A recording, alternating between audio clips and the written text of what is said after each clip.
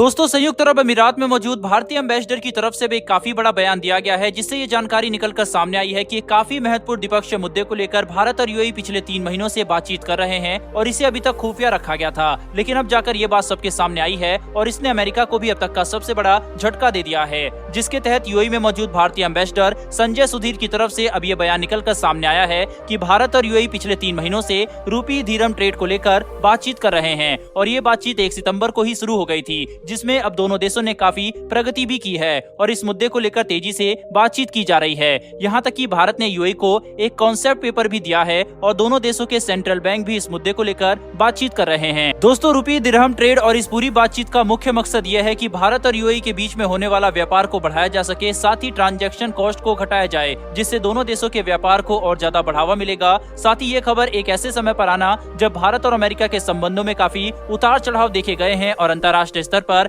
समीकरण काफी ज्यादा बदल चुके हैं, इसे और भी ज्यादा महत्वपूर्ण बना देता है। आपको याद होगा कि हाल ही में हमने आपको अपनी वीडियो के माध्यम से इस बात की जानकारी दी थी कि अमेरिका का पेट्रो डॉलर इतिहास के सबसे बड़े खतरे को महसूस कर रहा है, जिसके तहत पेट्रो डॉलर पूरी तरह से खत्म हो सकता है और अगर ऐसा हुआ तो अमेरिका अपनी 50% अंतर्राष्ट्रीय ताकत पूरी तरह से खो देगा। इस स्थिति में अचानक से भारत द्वारा यूएई के साथ मिलकर अमेरिकी डॉलर को साइडलाइन करने वाला ये महत्वपूर्ण कदम अमेरिका के लिए अब तक का सबसे बड़ी खतरे की घंटी है, जिस पर अमेरिका के भी कान खड़े हो गए हैं। हालांकि भारत और यूएई के संदर्भ में ये खबर काफी ज्यादा अच्छी है, क्योंकि पिछले 3 घंटे पहले आई एक रिपोर्ट के हिसाब से इस बात का खुलासा हुआ है कि भारत और यूएई का द्विपक्षीय व्यापार 150 अरब डॉलर के पार जा चुका है। रेफरेंस के लिए आप आर्टिकल का स्क्रीनशॉट अपनी स्क्रीन पर देख सकते हैं, जिससे आपको इस आंकड़े की पुष्टि हो जाएगी। साथ ही इस बात का भी अंदाजा हो जाएगा कि किस तरह से दोनों देशों का द्विपक्षीय व्यापार तेजी से आगे बढ़ रहा है। भारत और यूएई का द्विपक्षीय व्यापार फ्री ट्रेड एग्रीमेंट के बाद इतनी ज्यादा तेजी से बढ़ा है, जिसके बारे में किसी को भी अंदाजा नहीं था। फ्री ट्रेड एग्रीमेंट के समय सभी को ये पता था कि दोनों देशों का व्यापार तेजी से आगे बढ़ेगा,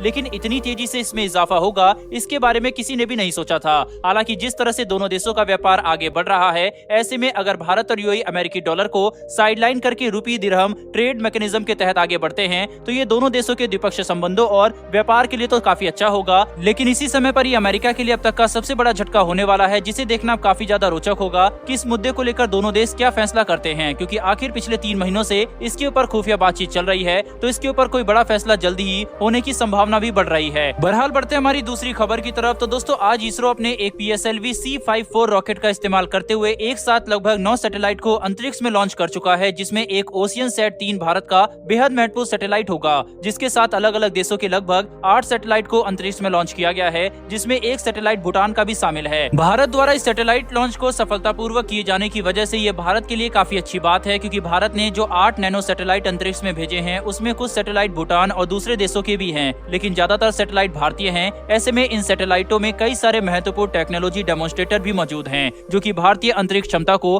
बढ़ाने में महत्वपूर्ण योगदान देंगे। लेकिन इन सभी में जो सबसे महत्वपूर्ण सैटेलाइट है, वह है भारत का अपना स्वदेशी OceanSat-3, जो कि एक अर्थ ऑब्जर्वेशन सैटेलाइट है और इसका इस्तेमाल मुख्य तौर पर समुद्र में हो रही घटनाओं की जाँच और निगरानी के लिए किया जाएगा, जो कि भारत को काफी महत्वपूर्ण ऑपरेशनल क्षमता प्रदान करेंगे, जिसका इस्तेमाल भारत अलग अलग तरह से कर सकता है। लेकिन अगर कम शब्दों में समझने की कोशिश करें तो ये OceanSat-3 भारत के लिए हिंद महासागर और विश्व भर के समुद्र में हो रही घटनाओं को समझने के लिए काफी महत्वपूर्ण है। इसरो एक के बाद एक लगातार सफल सैटेलाइट लॉन्च करते जा रहा है, जो कि अंतरिक्ष के क्षेत्र में भारत की क्षमता को साफ तौर पर दर्शाता है। साथ ही इससे इस बात का भी अंदाजा हो सकता है कि आने वाले समय में भारत किस स्तर की स्पेस पावर बनकर सामने आएगा। ऐसे में हमें ये बात नहीं भूलनी चाहिए कि केवल साल 2025 तक ही भारत की स्पेस इकोनॉमी 10 अरब डॉलर को भी पार कर जाएगी, जिसे देखते हुए भारत के लिए अपने अंतरिक्ष क्षमताओं को विकसित करना काफी ज्यादा जरूरी है। ऐसे में भारत के लिए PSLV C54 और PSLV XL सीरीज के रॉकेट काफी ज्यादा महत्वपूर्ण है। साथ ही भविष्य में भारत इनसे ज्यादा एडवांस और शक्तिशाली लॉन्च व्हीकल का भी विकास करेगा, ताकि हम भविष्य में लगातार किए जाने वाले सैटेलाइट लॉन्च को सस्टेन कर सके। बहरहाल दोस्तों, इस वीडियो में इतना ही, लेकिन रूपी दिरहम ट्रेड के ऊपर आपकी क्या राय है, कमेंट बॉक्स में लिखकर जरूर बताइएगा। साथ ही अगर आपने इस वीडियो को यहाँ तक देखा है तो भारतीय साइंटिस्टों के लिए कमेंट बॉक्स में एक जय हिंद भी जरूर लिखिएगा। और अगर आपको ये इन्फॉर्मेशन और वीडियो पसंद आई हो तो वीडियो को लाइक करके हमारी आने वाली डिफेंस और वर्ल्ड अफेयर से जुड़ी ऐसी वीडियो के लिए चैनल को सब्सक्राइब कर बेल नोटिफिकेशन अवश्य दबा ले। फिर मिलेंगे ऐसी एक नई वीडियो के साथ। धन्यवाद। जय हिंद।